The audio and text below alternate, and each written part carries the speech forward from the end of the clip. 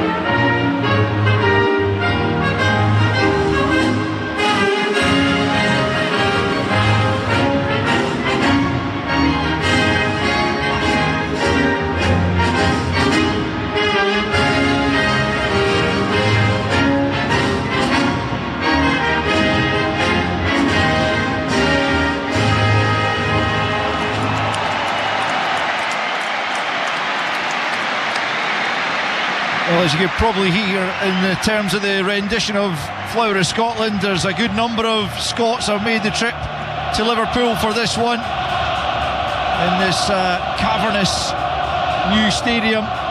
Both ends behind the goals are pretty well packed out, and there's a good gathering over in the stand opposite us as well.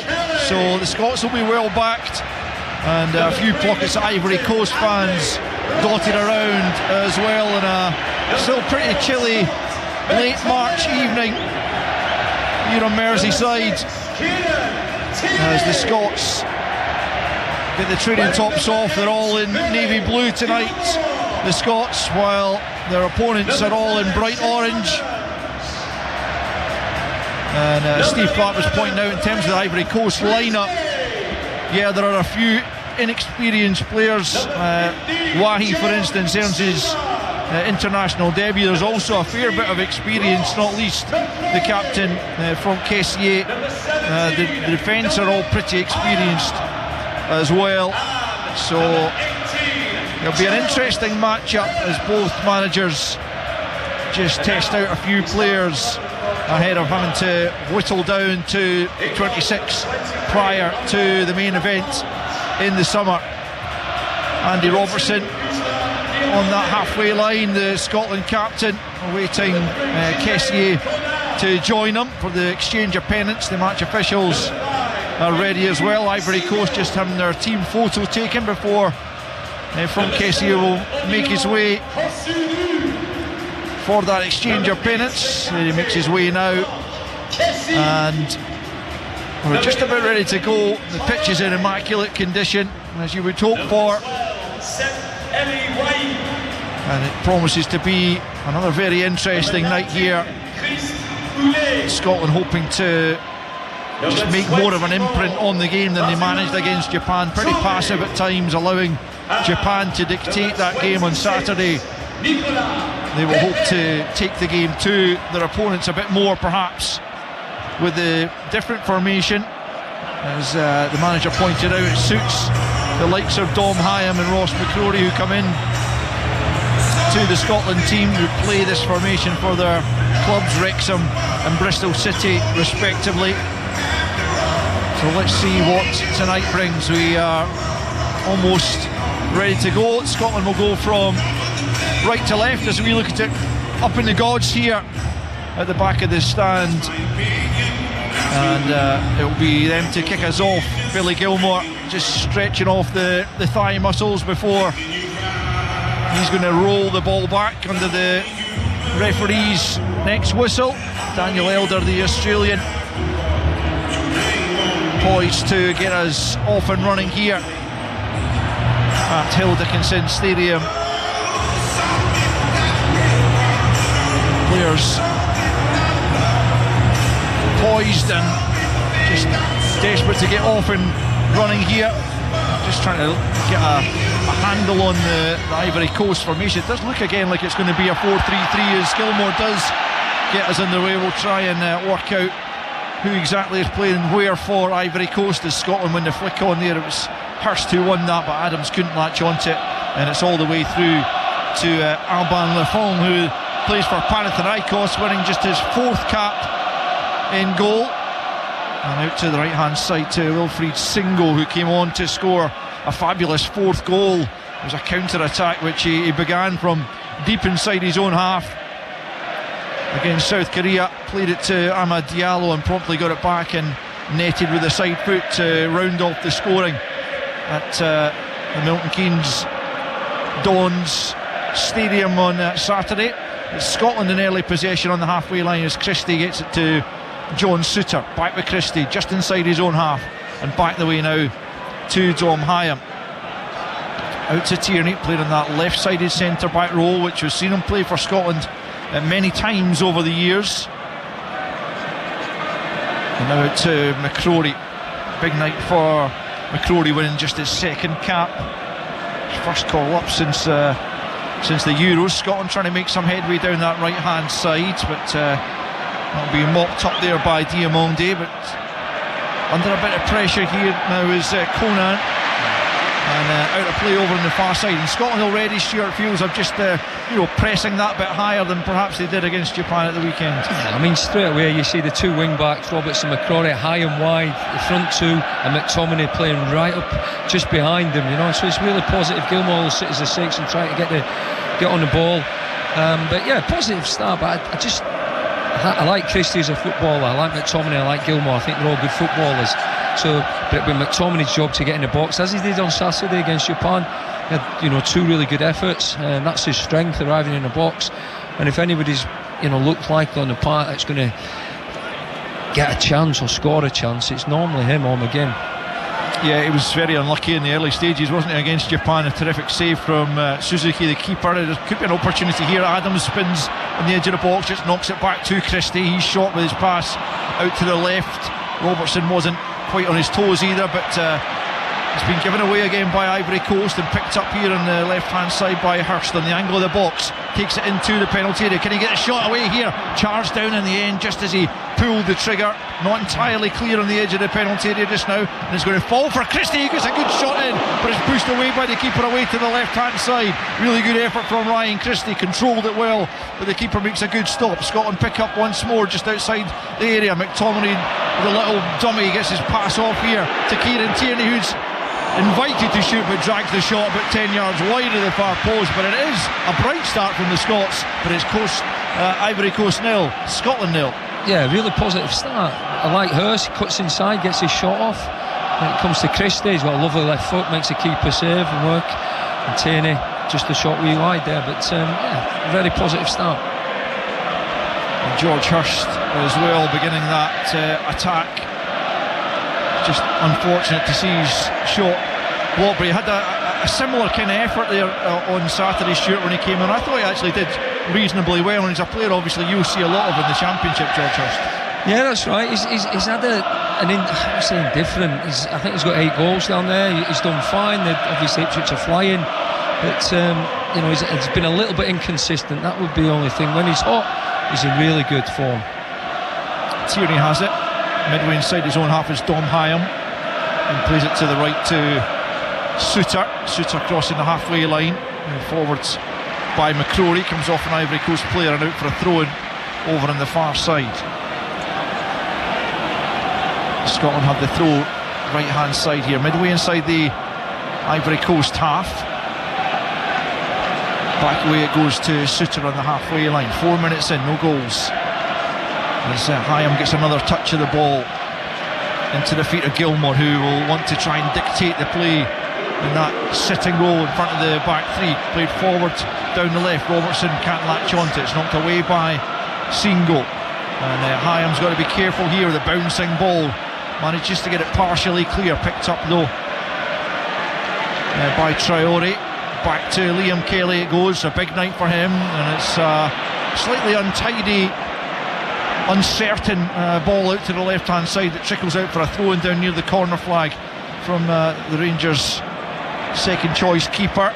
Getting an opportunity here this evening. Just looked a little bit tentative with that one, didn't he? But here's Hurst doing really well, winning the ball on the halfway line. Singo's stayed down when it's played here to Adams on the edge of the penalty area. Plays it to his right hand side to McCrory. McCrory cuts it back to the edge of the box. Christie takes it on first time on the right foot, and it wasn't really ever set for it, and it's well wide of target. But Scotland again on the counter there, doing really well, but it's still goalless. Yeah, Hurst uses physicality there down the left hand side, but what was pleasing to see McCrory on the far side getting forward as if he's a winger type. He's playing really high on that side. Cuts it back, and fortunately it's on Christie's weaker side on his right, and he skies it over. But again, promising signs.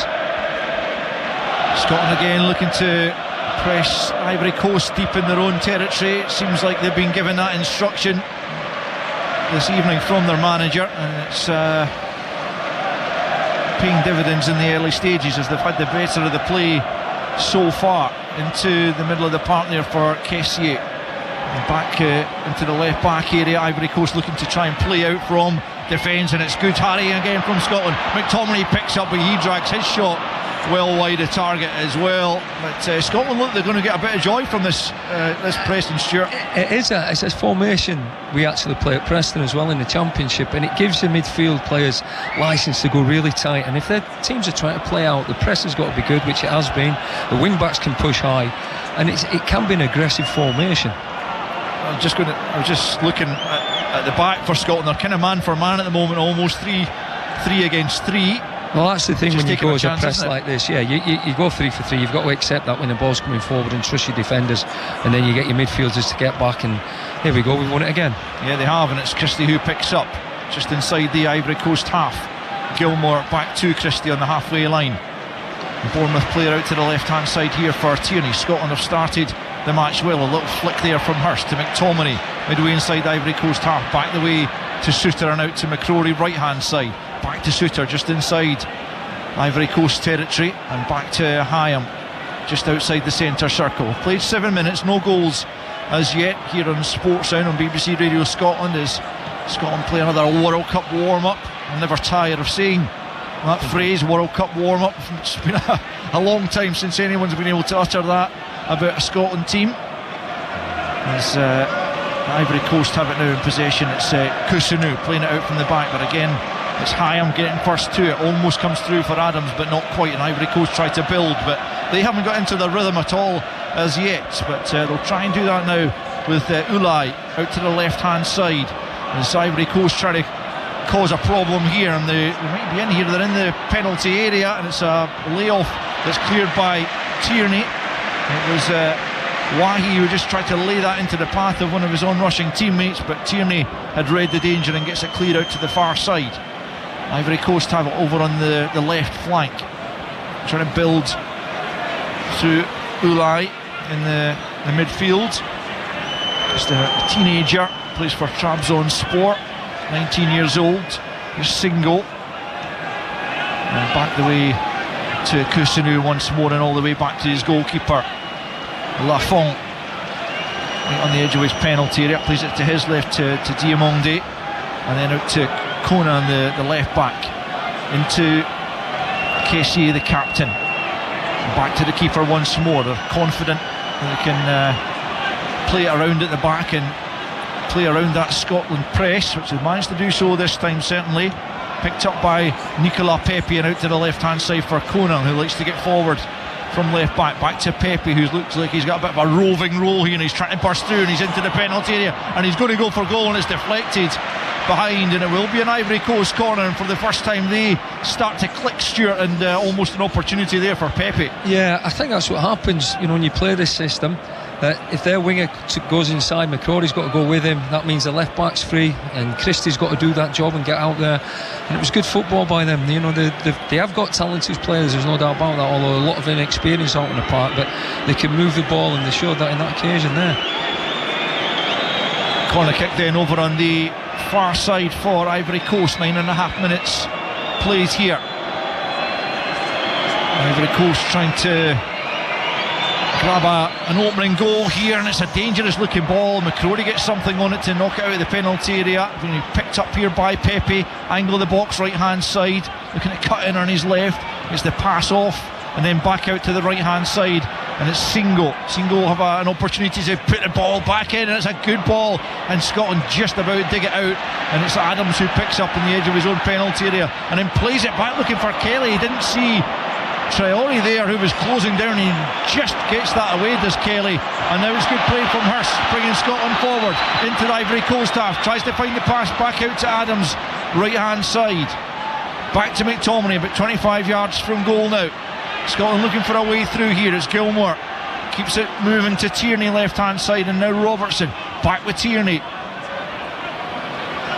Gilmore takes over once more, plays a short pass to McTominay, goes all the way back to Hyam on the halfway line, and now Tierney once more looks for a bit of movement ahead of him, then plays it back in field to Gilmore. It's a heavy touch from Suter, and then he has to go and dive in for the second ball, and he just about manages to win that. Almost played himself into trouble there, did the Rangers centre back, but gets away with it, and now Gilmore has it for Hyam just sitting in the middle of that back three as the sweeper, as McTominay arrows it out to Robertson here. Back for Tierney first time. Tierney tries to link with him again. It's a lovely ball. Robertson should catch that as it gets to the byline. Little cut back, might fall for McTominay.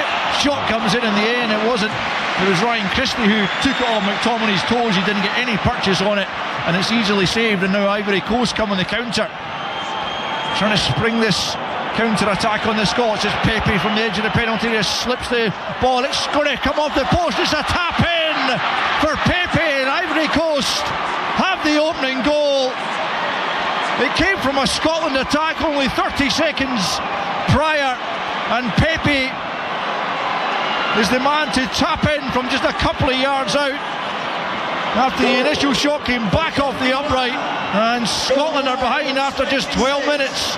It's Ivory Coast 1, Scotland 0. Yeah, we've certainly got done on the counter, haven't we? It's positive in where Scotland getting bodies forward, but you've always got to make sure the back door's locked, and they've countered quickly. Boy cuts inside, pulls it back, goes across, it's a post, and unfortunately the lads there to tap it in. But no, Hurst has started promisingly. We've got in good areas. We have a shot, don't really get hold of it, and the keeper, and then he bowls it straight out wide, and then on to us. It was a 3v2, then a 4v3, and I mean, we can't. This is a game we asked for. We wanted entertainment. With Scotland have been in box, they're having shots at goal. But sometimes in this system, it is a positive system. You can be open at the back if you bombed your two wing backs forward. 12 minutes in, the Scots behind, but Stuart's right. We asked for a more enterprising performance from the Scots, and we have had it in the opening 12 minutes, but they have fallen behind, caught on the counter by Nicolas Pepe's 12th goal for his country on his 54th cap. He won't score too many easier in the end. It was a tap in from a yard out after Wahi's shot on the turn came back off the post. Liam Kelly was rather flat-footed and could do nothing about it as it came back to the on-rushing Pepe, who knocked it into the back of the net to give Ivory Coast the lead, and they're coming forward again here, and it's Wahi almost latching onto that. Suter rather dives in. Wahi's looking for a free kick's not forthcoming from the Australian official, and Scotland continue in possession here, looking to respond to that early blow despite having started the game pretty well, you'd have to say, Stuart. Yeah. See, but Suter got a little bit lucky there. The boy might have just caught the boy and been last man, but the referee thankfully played on. But listen, it's a game that we were asking for, Scotland going forward. But as I said it before, well, the game we want and the game Steve Clarke wants will be a total different, because he won't want us to be so open. But as supporters coming to watch today, we want, after what happened Saturday, this is what we want to see. Look, Scotland breaking forward, playing forward passes, running forward, entertaining, being exciting. And it's Christie at the edge of the penalty area, out to the left hand side for Robertson. Plenty navy blue jerseys in the middle. If he can pick one out, it's back to Tierney. He sweeps it in back post. It's beyond George Hurst. McCrory will go and try and chase it, but it's been picked up instead by an Ivory Coast jersey, and eventually knocked out a play for a throw-in. But Scotland attack coming to nothing there. It was promising. I think just prior to their goal, it was a great ball by Tierney in behind for Robertson. Cuts it back, we've got bodies in the box, we get a shot, keeper saves it, or catches it, wasn't really a save, and they, in 5 seconds later, they're scoring in our goal, unfortunately. There's Kessié into Wally, and now the goal scorer Pepe up to the halfway line. Kessié once more, challenged there by Tierney. Robertson picks up, just knocks it out of play just in front of Steve Clarke. What I would say about this impressive new stadium is the technical area is pretty tiny, Stuart. You wouldn't like that. These new managers want to be prowling around vast technical areas when you can. It's true, isn't it? Ivory Coast in possession on the halfway line. Out to that left hand side, it's Conan. 1-0 Ivory Coast lead, thanks to Nicolas Pepe's early goal. Scotland has started the game brightly, and they want to try and keep that up if possible, despite trailing by the goal to nil. It's going to be an Ivory Coast throw in here, more or less on the halfway line, right hand side as they come forward. It's Wilfried Singo to take it. Yeah, seeing this system out, you can see the left back for them, he's their out ball. If it goes there, Christie's got to get right across and get out to him. McCrory's been pinned back by Traore on the left wing, and it's now Christie has to go to the left back.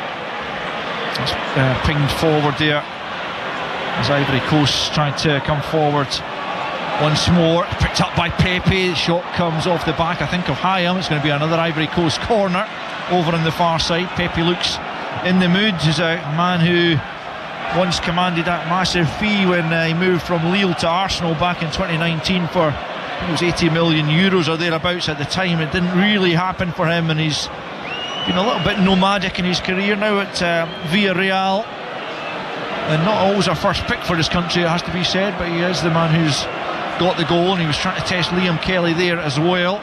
Comes off Hyam for this corner. 16 and a half played. Ivory Coast 1, Scotland 0. Corner kick from the left hand side. It's going to be swung in near post. It's well won by Hyam. He's done well so far in his first international start. Again, he's a player you'll see a fair amount of down in the Championship for for Wrexham. Stuart, has he been impressive this season? Yeah, he certainly has. Good buy in the summer from Blackburn. He was a rock at Blackburn, and Wrexham, as they can do with most clubs, blew them out. Blew a lot of teams out of the water for his wages. And yeah, he's I think it's 25 games he's played for Wrexham, and they're pushing into the playoffs. Yeah, he's been a really good signing for him. He's a leader. And he sits in the middle of the defence and organises and talks. Good experienced pro. It's Ulai out to the left hand side to Conan, who, as Stuart points out, is often finding himself in a fair amount of space, although Christie's trying to keep an eye on him here. It's played back into the middle there for Traore, and now it's Kessie on the halfway line for Ivory Coast. Almost 18 minutes played. The Scots trailing by a goal to nil, and here's the man who inflicted that upon him, Pepe, playing it back to Kessie just inside his own half. And now Kusunu of Atalanta. Some of the players playing at a really high level, but so are Scotland's. No inferiority complex these days, as Ivory Coast, that goal has certainly given them the confidence to knock the ball about a bit. Scotland having to drop in to their own half here to defend, as Ulai picks up once more and plays out to the left hand side again to Conan. Further to his left is Traore. He goes down under the challenge there, and McCrory again looking for a free kick, which doesn't come his way, and now Hyam has it just outside his own penalty area. Plays it down the right channel up towards Adams. He can't get onto it, but perhaps Christie will. Right on the touchline, squeezes the ball between a couple of Ivory Coast players into Gilmore, and a lovely little bit of play from Gilmore. It just adds something else to that Scotland midfield, Billy Gilmore, I always feel, Stuart. Yeah, he keeps it ticking, doesn't he? Keeps it, gets on the ball, knows the game, intelligent. I was unlucky there, played a good ball to Christie, Christie just couldn't get under control. Here's Pepe then for Ivory Coast, right hand side, comes back to the halfway line to Kusunu, who gets it back once more from Ulai, then to Singo, who goes all the way back to his goalkeeper, and made a good early save from Ryan Christie. Other than that, largely untested, as Conan plays it into Ulai, who's beginning to pick up a few pockets of space in the midfield. Here he is once more, back out to Conan, and then back with Ulai, plays it forward as Toure picks up. That's a slight miss kick there into the midfield, and Scotland have got possession back, and it's Gilmore picking a good pass for Hurst. Good feet from him. Gets it back to Tierney just inside his own half. Now Gilmore forward once more for McTominay, still just inside the centre circle, back to Suter, and now Hyam closed down. But, Scotland keep possession. It's Tierney out to the left hand side for Robertson, back to Tierney once more, turns away from his marker, plays it to Hyam, who plays it out to Robertson, about 10 yards inside the Scotland half. Back to Hyam once more.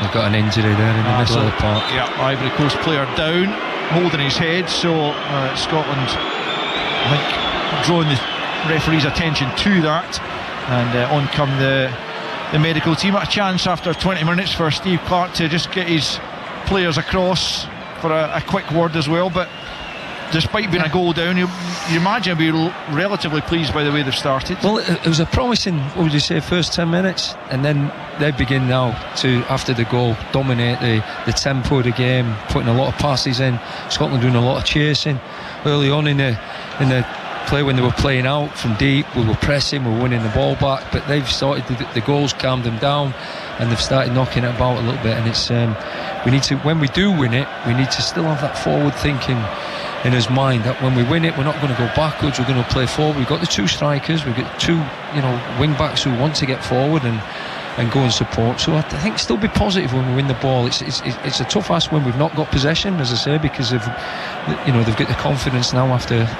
getting the goal and settling down.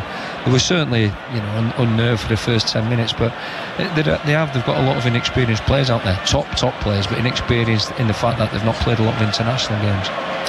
During this little break, the camera's panning round various other former Scotland illuminaries who also graced this part of the world. Graham Sharp, the most recent one, Duncan Ferguson, and Gary McAllister, who played on the other side of the city, of course, but You missed the greatest one right at the beginning, King Kenny. Well, I didn't notice him, but certainly you're right. Yeah. The greatest of them all, for sure.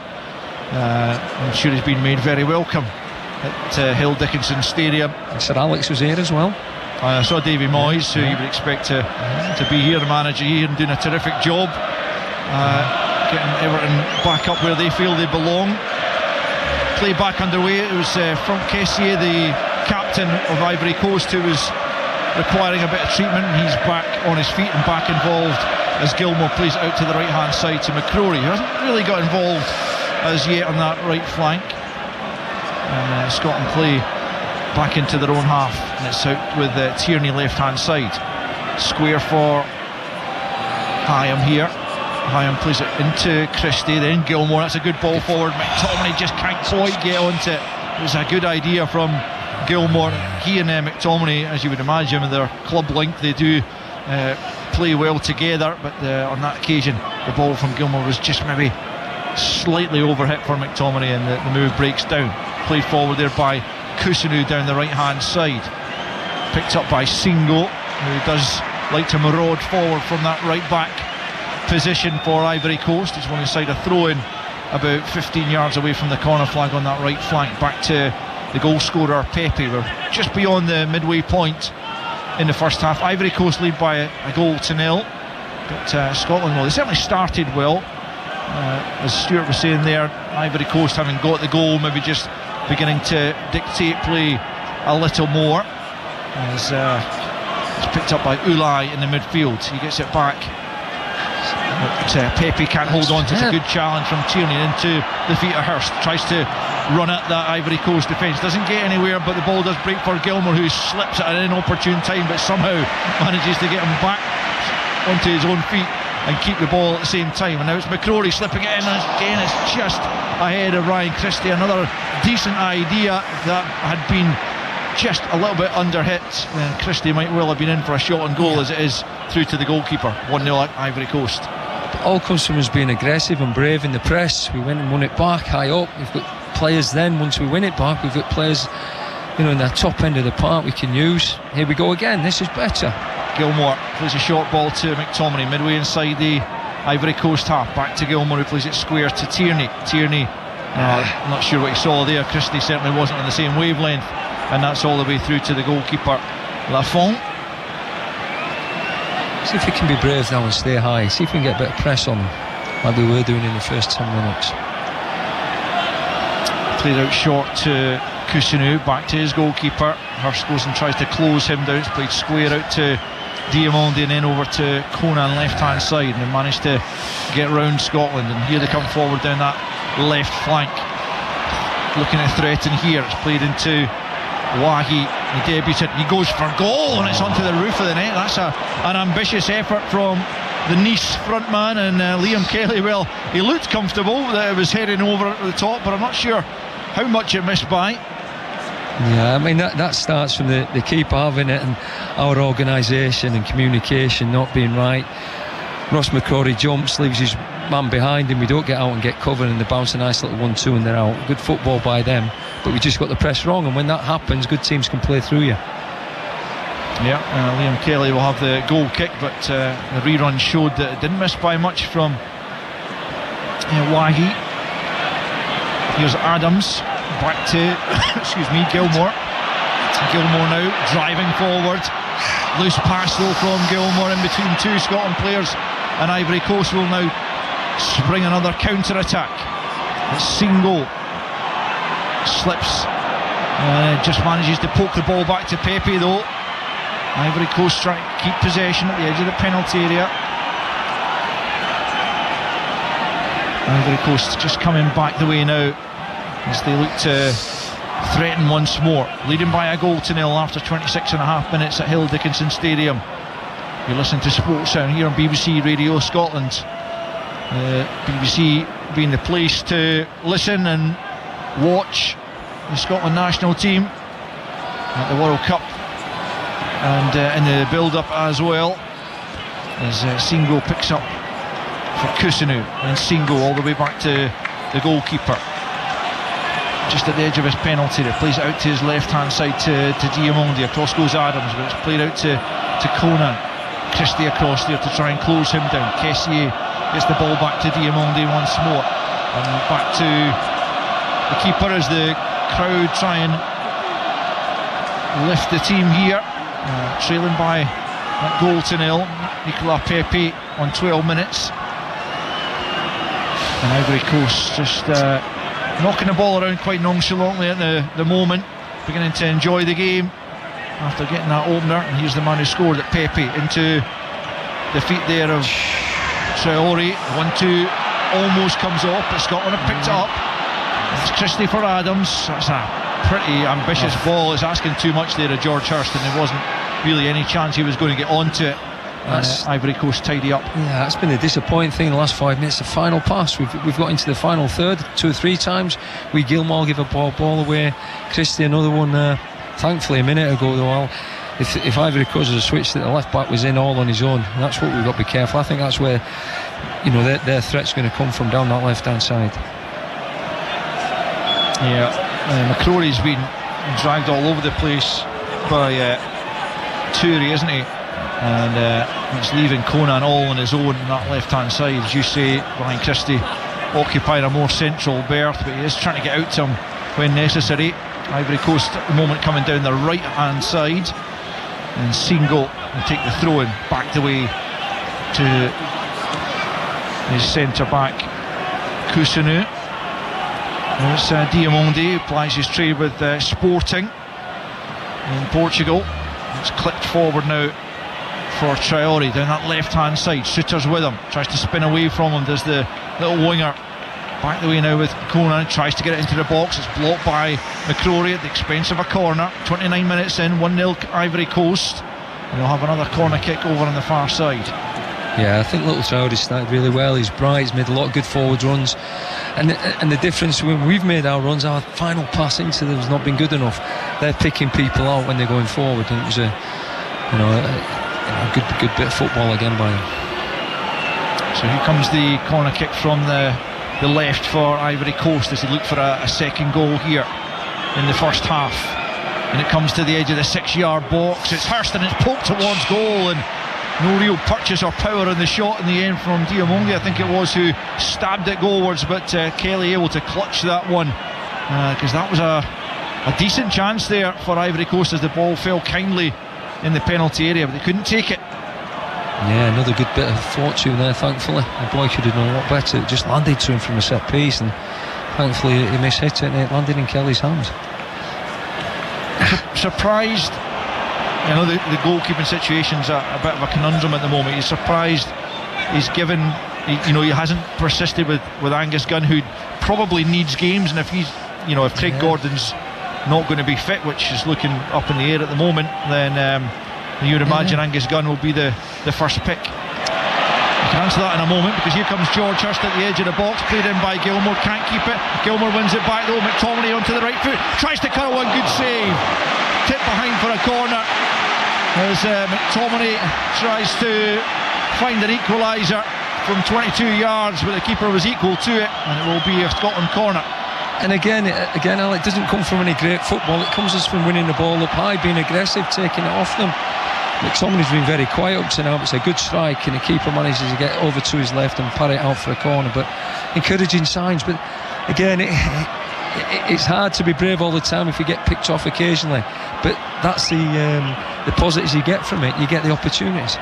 Here's the corner kicked in. Gilmore tries to lay it back, but he's not got a hold of that, and might get work out for Scotland as they've won it back and get it back to Gilmore. It's another loose pass from Gilmore, though. It's very unlike him, but he's put Scotland in a bit of bother here as Ivory Coast come forward on the left hand side. Scotland funneling bodies back to try and avoid another counter-attack loss, but Gilmore, who we tend to praise for his precision passing, and that's a couple of times there immediately from the corner, and then when he got a second bite at it, 2 poor balls into teammates. Sloppy, very sloppy, but the corner's been worked, a work corner, you see it done, pulled back, but he doesn't get enough on it. But thereafter that, a sloppy casual passing. His next pass needs to be a good one, get his confidence back.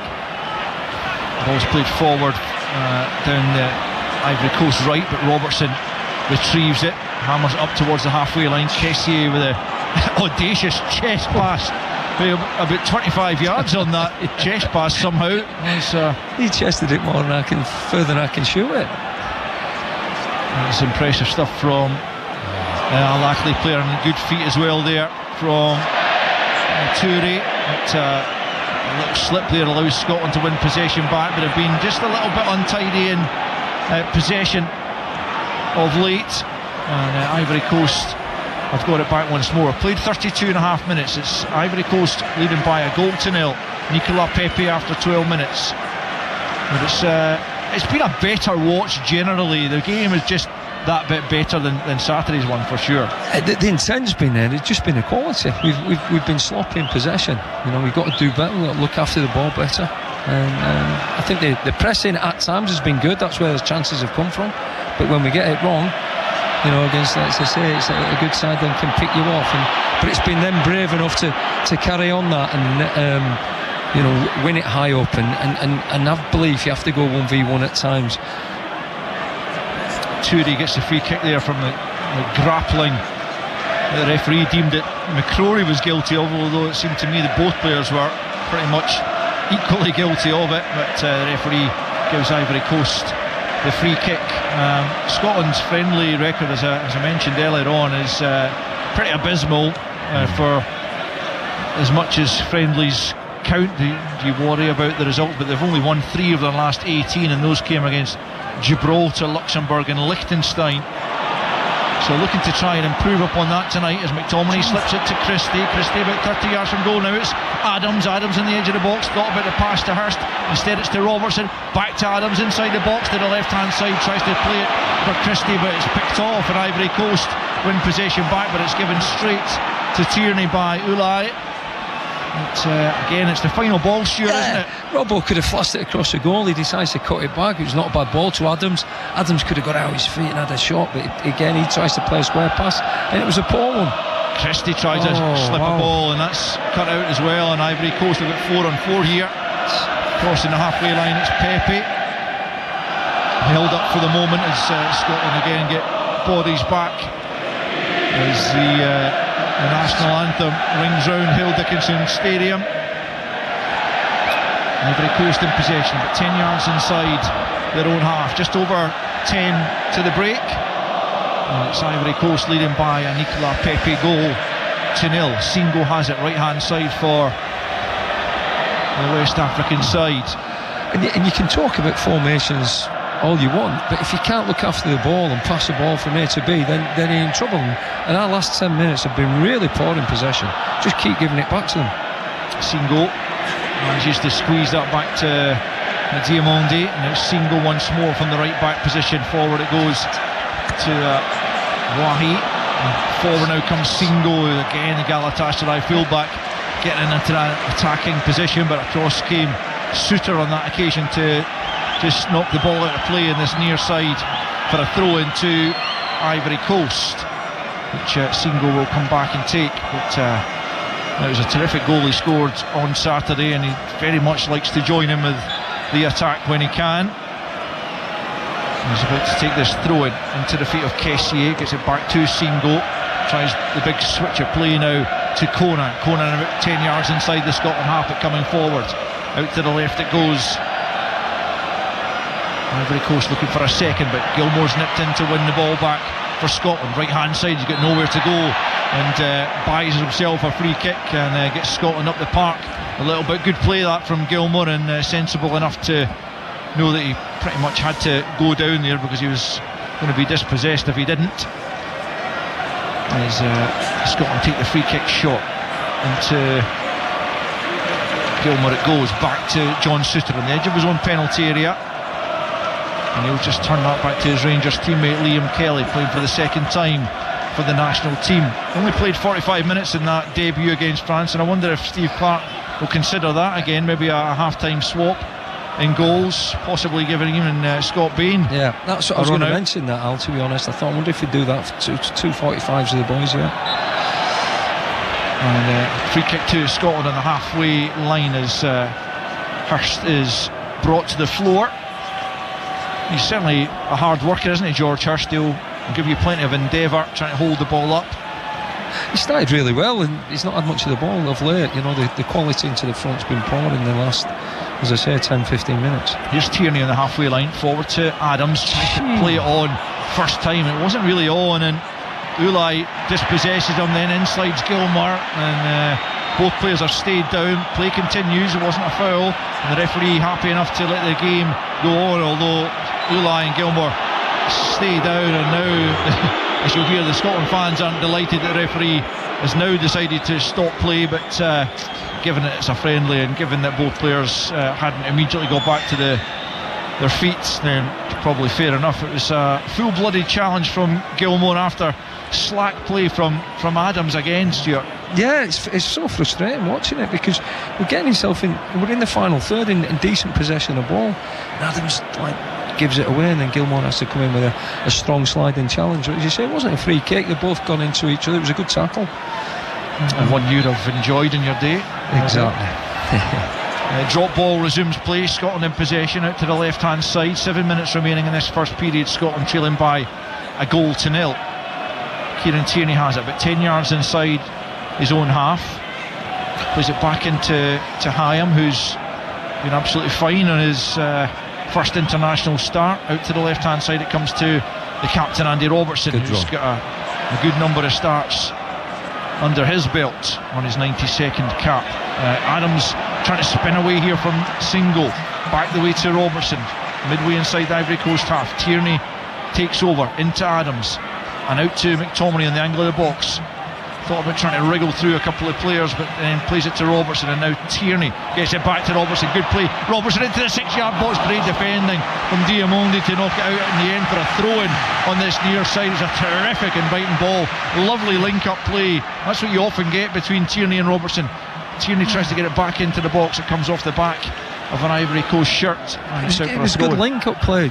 Adams looked after it, McTominay, Tierney, Robertson, good play, and then getting a good area. Typical Robertson, what he does well, whips it across the face, good defending by them, but better, more encouragement, look after the ball. Gilmour for Tierney on the halfway line, back to Hyam, and quickly on to Suter. John Suter inside the centre circle, steps forward and then plays it out to the right to McCrory. Christie's out there as well. Christie plays it back to Hyam once more inside the centre circle. Up to the halfway line he comes, short ball for Gilmour. Now Tierney left hand side tries to clip that one up to Hurst. It's headed away, but Adams picks up. It's a good touch from him into Christie, quickly closed down, comes out to the left hand side where Hurst will gather, almost at the corner flag, tries to roll it back there to a teammate in Gilmour, but Ivory Coast had a couple of bodies lurking, and they've nicked it and tried to spring the counter, and it's going to come through. There's going to be an opportunity here perhaps for them to get the ball across goal, and it's picked up by Traore, who dinks it to the back post, and a good clearing, glancing header away from McCrory. Had to be aware that there was a man lurking behind him, and Scotland survive that little 40 forward from Ivory Coast and try and come forward again themselves now as we enter the final 5 minutes of the opening period, and Scotland trail by 1-0. I think the lad probably picked the wrong decision there. He went to cut it back. He was in goal shooting opportunity there. I'm glad he cut it back, because the boy didn't make the most of it. But again, it come from us, Hurst giving the ball away in the top final third of the park when we had good possession. There's Gilmour to the left hand side for Robertson, about 15 yards inside his own half, back to Tierney, and then Robertson. And there's one thing they certainly do well, is that when we do give it away, they break really quick. That's a strength of theirs. Casey just stepping across Christie there. He's laid out there, Christie, hoping for a free kick, but it was a good strong challenge by Casey, who knew exactly what he was doing. But Scotland have won it back through Hurst inside his own half, plays it to McCrory at right wing back. Scotland fans, you can hear, want them to go forward. They have done a fair bit of attacking in this first half, to be absolutely fair to them. They've been more positive, more on the front foot than they were against Japan, as there's a long diagonal played out to McCrory. I think he could have brought that under control there. He tried to play it first time to Adams, and it just drifts harmlessly behind for a goal kick. And it's the kind of night where people like Ross McCrory, they need to grasp this opportunity with both hands, because very much on the fringes of Steve Clarke's squad. But I know he's been linked with moves away from Bristol City because of his performances this season, Stuart, so clearly he's been in good form at club level as McTominay slips over there and Ivory Coast try and make something of it. They're going to get a free kick for a block there by McCrory. Yeah, I mean, Ross, to be fair to me, he's had a good couple of seasons down there, and he scored twice against us last game of the season. But he's on far too much for money for Preston to afford him, unfortunately. But I think there is talk of him, possibly moving on, maybe another Championship club or abroad. I'm not too sure. But he's a really good pro. He gives everything he's got, dedicated to the game, and he's been a good signing for Bristol City over the years, definitely.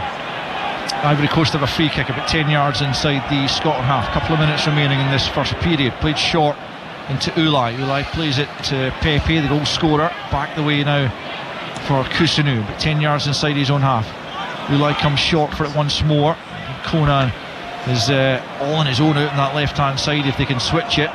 Back with Kusunu though, and then over to the right hand side to Singo, who rolls it back to his goalkeeper. No particular hurry for Ivory Coast, who are in control in terms of the scoreline. 1-0 they lead, as Kusanu's just got a little tug back there from Hurst. Play allowed to continue as Kessié has it, clips it down the right hand side, watched by Tierney, gets his head to it, but it's going to be picked up by Wahi.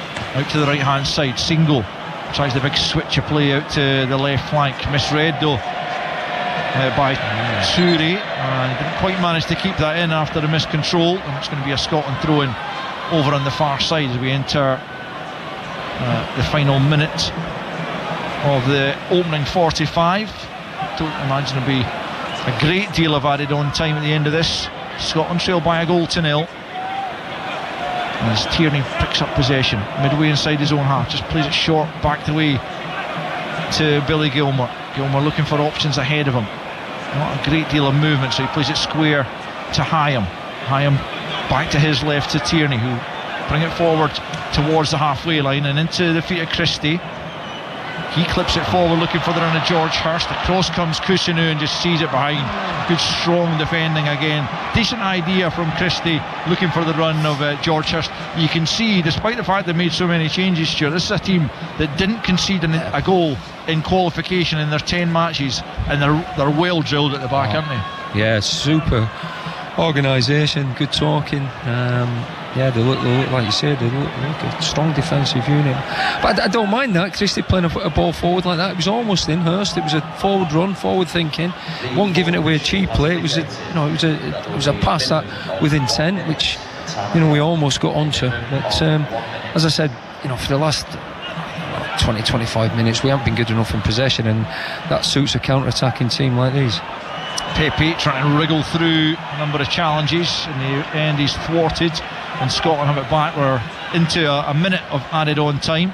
Scotland have perhaps an opportunity to break for one final time, but as Stuart's saying, the passing has not been good enough in the last few moments, and Christie was the man guilty on that occasion of giving the ball away rather needlessly, and then he gives away a free kick and trying to retrieve it, and that will largely be that, I would imagine, for this opening half, as Ivory Coast take their time over the free kick here, just inside their own half. Forward will come Kusunu to take it. Plays it short to Singo. Singo rolls it back to his goalkeeper, and the referee indicates the end of the first half. A first half which Scotland started brightly enough, definitely playing more positively than they had done against Japan on Saturday. Christie had a shot well saved after just a couple of minutes, but despite that bright start from the Scots, it was their opponents who opened the scoring on the counter-attack after a Scotland opportunity had come to nothing. Wahi broke and got the shot off on the turn. It came back off the post, denying him a debut goal, but Nicolas Pepe was lively and alert enough to tap in the rebound from a yard or two out to give Ivory Coast the advantage. Beyond that, Scotland still were playing plenty of football in the Ivory Coast half, but without really threatening Albon Lafont in the Ivory Coast goal until just beyond the half-hour mark, when McTominay fashioned room for a shot just outside the box, and it was well tipped round the post by the keeper. That's as much as he's had to do really. At the other end, Diamonde had a good chance that broke his way inside the box, but he couldn't get power or precision on the shot, and it was comfortably saved by Liam Kelly. And so, with all that said, at half-time from Hill Dickinson Stadium, it's Ivory Coast 1, Scotland 0. Scotland, the national team. Goal Scotland! Live on Sports Sound. From BBC Radio Scotland. The Saturday Show with Amy Irons and Stephen Mill. A lot of people have been feeling very passionate about this. Seagulls. Mark, have you had any run-ins with seagulls? At night when I'm driving back for a gig, there's always about 40 seagulls. They're just sitting at this one petrol station. Like, you're scared to leave the car. Did they ask you to buy fags in the petrol station? Alan, can you please tell us why you are our Saturday VIP? I am the winner of the checkout competition. Please place your items in the bagging area. Listen to The Saturday Show, Saturday at 9 a.m. on BBC Radio Scotland and Sounds. You're listening to Sports Sound on BBC Radio Scotland with me, Andy Burke. Half-time in this international friendly at the Hill Dickinson Stadium in Liverpool, and it's Ivory Coast 1, Scotland 0. Nicolas Pepe with the goal 12 minutes in. Scotland caught on the counter-attack.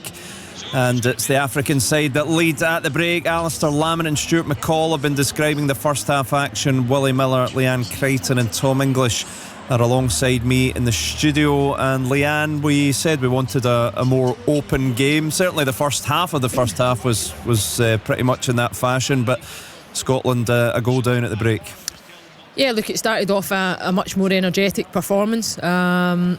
High energy, much more aggression in the final third. I think the bit that was lacking at Hampden on Saturday was, for me, around the press and going and getting after the ball, putting Ivory Coast certainly tonight under more pressure than they put Japan on Saturday. Won the ball back in higher areas of the pitch, had some real good numbers in that final, kind of middle to final third, to try and sustain attacks. Created a couple of half chances, but the game is wide open. That's the reality. I think you look at the goal and the goal conceded. Too many bodies piling forward, your wing backs both gone at the same time, transitional moments in the middle of the pitch, teams coming right through the heart of you, not recovering quick enough, and Scotland were punished ultimately. But I would say it's been an improved performance, I think, based on whether that's just purely down to the shape and the height of the team, or the personnel and how they've gone about it, or just the change in the opposition that you're playing as well. I don't really know, but certainly it's been a better watch, I would say. Yeah, Tom, we're in the warmth of the studio here. We're just watching our BBC TV colleagues getting soaked by the sprinklers down at the Hill Dickinson Stadium. Marvellous, isn't it? What did you make of Scotland? I think Leanne mentioned that there was a bit more intent and energy about Scotland in those early stages, but they get caught out with a bad goal. Yeah, there was. They started really well, started on the front foot, a bit of aggression, bit of intent, good pressing game, a lot of urgency. Great, all the things that were missing on Saturday. But their use of the ball has been poor. They've been giving it away too often. Billy Gilmore, I think, has been the chief culprit, which is surprising given he's probably the best user of a ball normally in the Scotland team. He's given it away a number of times, given it away twice in about 10 seconds at one stage. And then the goal, and there's so many things wrong with the goal. Like, it comes off a counter off a good Scotland attack, and then they go down the left, acres of space, they bring it over to the right, and nobody picks up Pepe. Like, Billy Gilmore is on Pepe and then just lets him run. He just lets him run, doesn't track him. Tierney doesn't notice him, and then the ball's rolling towards the post. Liam Kelly thinks the ball's going in the back of the net, and just he freezes, and he freezes. And then by the time when it comes off the post, then he reacts too late. Pepe's there on his own. Loads of Scottish. There's 1, 2, 3, 4. There's 5 Scotland defenders in or around the 6-yard box, plus the goalkeeper, and Pepe wins I mean, it's a terrible You're looking goal. at the rerun there, Tom. It ends up a 6v4 inside the penalty area. It comes from a shot on target at the other end of the pitch, and it's a full transitional moment, literally from one goal to the opposite end. But Ross McCrory's on the edge of the penalty area, and Andy Robertson's halfway beyond the halfway line at the point the ball comes back through. But I think the urgency to find a recovery and a defensive structure behind the ball, to delay, to allow your teammates to get back into pressure in the ball, to stop the shot on goal, and then to react to obviously the ball coming back off the post, just not good enough. And I think you can look at it and go, thankfully that's a friendly game. Yeah. Because if you concede that type of goal in a competitive match, you'd be absolutely furious with the energy and enthusiasm shown to defend your goal. I mean, I'm looking at just looking at it, and the way Pepe just runs off Billy Gilmour, and Billy Gilmour just gives up. He just gives up. I think that's awful. That's awful from Gilmour. Yeah. Tierney is too slow to react as well. He sees Pepe on the edge of the 6-yard box. He doesn't move towards him because maybe he thinks the ball is going in the back of the net as well. And it's just too slow to react. Lazy from Gilmour. And Kelly has just misjudged it. It's a really poor goal. It doesn't say a lot for the mindset of that group of Scotland players, I have to say. See, for me, I think Tierney he's a natural defender, and he should have an instinct. I feel, and you know when the player gets in behind him, why he gets in behind him, then you know you've got a problem. You know, and then I think it's Hyam that's dragged out, and it's a quick. I don't think I know what you're saying, Tom, about you know, Gilmour switching off, but I think Gilmour's out of position on the attack actually, because you need one of the three midfield players. As soon as the keeper throws, they look like they're in trouble. So he's run. His mind is he's got to go 80 yards to get back there, and by that time I don't think he's actually thinking properly. For me, it's Tierney, and Tierney switches off as well when Pepe runs past him. He just switches off. So they're caught out of position. Yeah. You know, I think Gilmour's got a part to play in it, but I can understand why he isn't thinking about it. Plus, is that his job? I mean, we've got three centre backs. But look at that. Look at that. all over the place. But look at that. I know what you're saying. I know what you're saying, Tom. But see, if you go back, if you rewind that, sorry, Tom's showing me a replay of the goal. But I'm trying to say, if you go back, Gilmour's running from just outside their box all the way back. Yeah. We've still got three defenders back the park, so you're totally exposed in the midfield. So you've got three midfield players totally out of position. Gilmour's really the only one that's making an effort to get back the park. I think Tierney should know that the danger is in behind him, and when it's Wahi that makes the run in behind him, he doesn't see it. And then for me, I think Tierney should have the instinct. Where's the next danger going to be? And it should be him that's picking up Pepe. Well, that's just my opinion. I think there's a lot of blame to go around, right? But when Pepe plays it to Wahi, Tierney's moving towards Wahi. Gilmour can see that Tierney's moving towards Wahi, and he can see there's a big gap. And Pepe runs into the gap, and Gilmour doesn't follow him.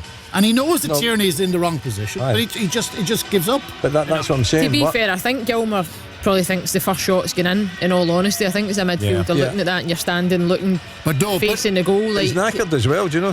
But Pepe is away. But even before, or just as Wahi is playing the ball in, Pepe's away from Gilmour already. He's away from Gilmour already. So he doesn't. Where is Tierney though? See, Tierney's in no man's land. Tierney allows Wahi to run behind him.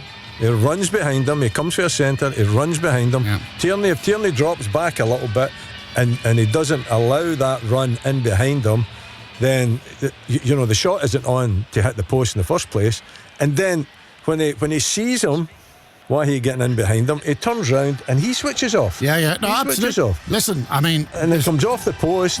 And right for the shot at the other end. They're all over the place. There's no good structure behind the ball. That's the difficulty when you flip-flop between formations and systems as well. At no point with a back five in possession are you staying with a back five. That's what it is tonight. but you can't be left 3 for 3 in the back line, and that's what it looked like as the ball was both thrown your out. wing backs up Gilmour's then recovering. Yeah. The 3 centre backs were literally 3 for 3. None of them could go and engage with the ball, because as soon as you jump and engage, you've stepped out beyond that back 3. Robertson's too high in the game to recover. McCrory was too high in the game to recover. You don't have Gilmour protecting in front, so the team was wide open. That's why it's so important when you get those amount of bodies. The ball cannot land in the goalkeeper's hands. It needs to go over the bar. It needs to result in a goal kick. Worst case scenario, it cannot become a transitional moment. I mean, on this, Tierney makes a bad decision. He makes a bad decision. He's not defensively aware enough. Yeah. But Gilmour just gives up. Yeah. Tierney didn't give up. He just got caught and he made a bad call. Well, Gilmour sees Pepe running away and he does nothing about it. Tierney's a natural defender. Tierney's an experienced player. Tierney should know where the danger's going to come from. Of course you should, but doesn't for me the problem starts, I would say, 25 yards outside their box. That's where the problem starts. The two wing backs forward and even Gilmour forward, and the other 2 midfield players, they're not defenders anyway. They're away forward, and there's a huge gap for Ivory Coast to take advantage of. And then when at least Gilmour's making in the case of Gilmour and Gilmour's defence, Tom, at least he's making an effort to get back the park, and then he stops. And what he should do, he should actually be deeper. Oh, you're a hard man to please. When the two, I just think it's terrible from him. No, when the two wing backs go forward, you need somebody in the midfield to be sitting as a safety valve, and none of them did it. And that's where I think Gilmour made the mistake, was he was too far forward. And I take your point, if he'd have switched on, perhaps, but for me, I think Kieran Tierney, with his experience and his defensive qualities and his instincts, could have done much better. There's no doubt about that. Tom, can I just say something, Tom? Yeah. No, it's okay. Just to make sure you're not on the fence, so it's Gilmour's fault. I think in the sliding scale of blame, sure, I would have Gilmour first. You leave second. Well, we can't see it at the moment, but you leave the midfielders out of it. If Willie's saying it's a centre half's fault, it's a centre half's fault. That'll do me. I should just accept that, really, shouldn't I? I should from the great man. Well, Stuart, I wonder if Steve Clarke might be tempted after the game to say, there was a lot of people after the Japan game saying Scotland need to show a bit more ambition, a bit more adventure. But against good teams, if you don't get it right, this is what 100%. Can happen. Exactly. And I was saying that before the game. As fans, and as after what happened Saturday, we want the team to go out and show a bit more excitement and get forward.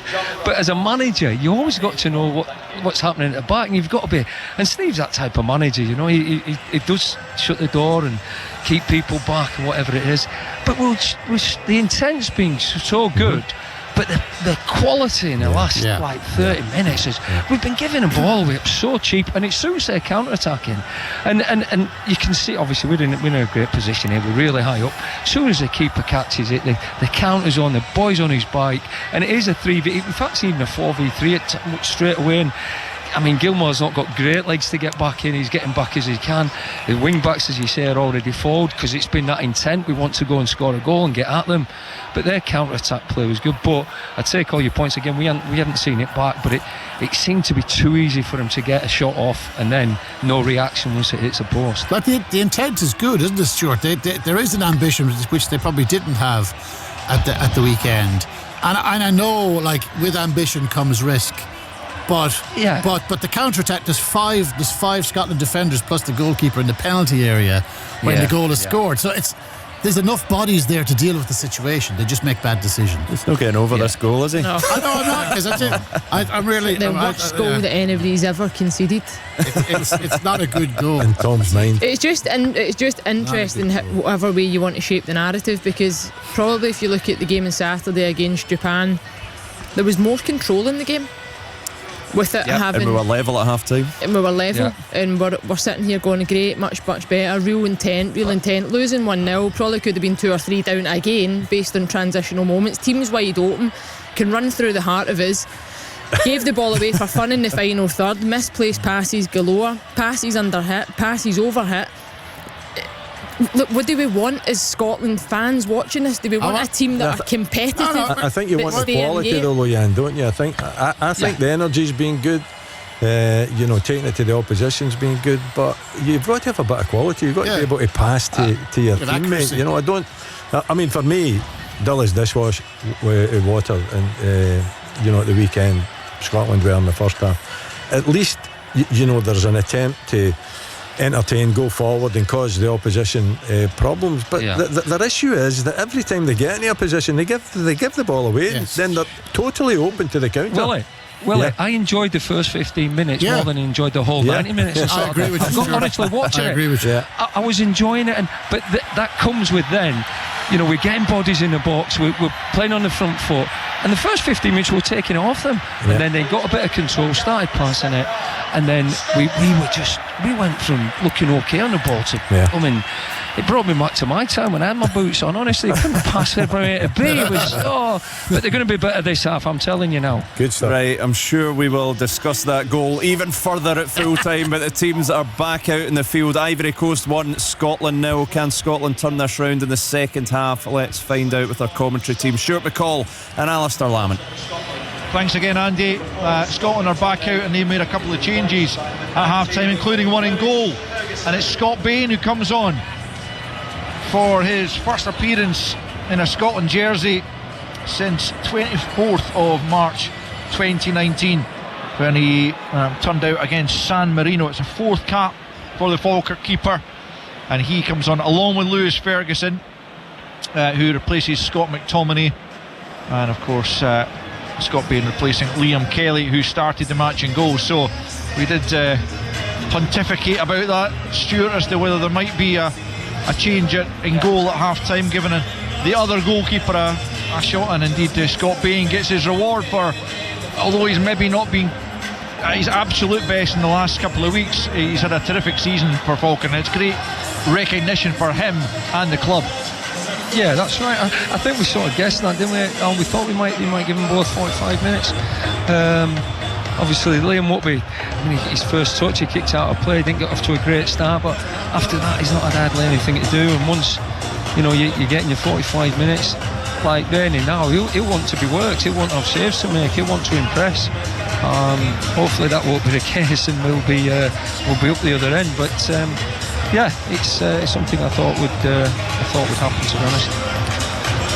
And in terms of the other change, Lewis Ferguson coming on, obviously he started the other night, and McTominay was fine, he was decent, but we know what he can do, so there's nothing massively to be gained by asking him to play another 90 minutes, but Lewis Ferguson comes on in his place. Just looking at the Ivory Coast side coming back out, I'm desperately hoping there's not going to be a massive raft of changes from them, although I did hear the stadium announcer mercifully saying that there was a limit of 6 substitutes per side, which was music to my ears, I have to say, after Japan replaced their entire outfield team during the second half on Saturday, which was spent most of the second half trying to get them organised. But anyway, no changes from Ivory Coast, and we're back off and running as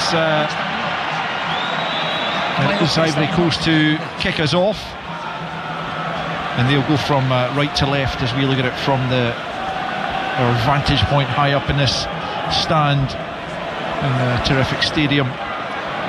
Back to the goalkeeper it goes from Ivory Coast. That's going to be cut out, I think, by Christie, and it's going to fall for Adams, and now Gilmore out to Christie, right hand side, back to McCrory, and now Suter gets involved.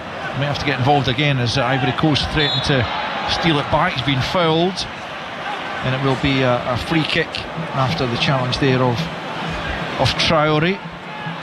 He's a player you said, I think you had them at Sheffield United, Stuart? Yeah, we did. I think at the time Reds and Celtic were looking at him in a close season, and I think we paid $3 million for him, but we'd just gone into the Premier League and it was too big a step for him.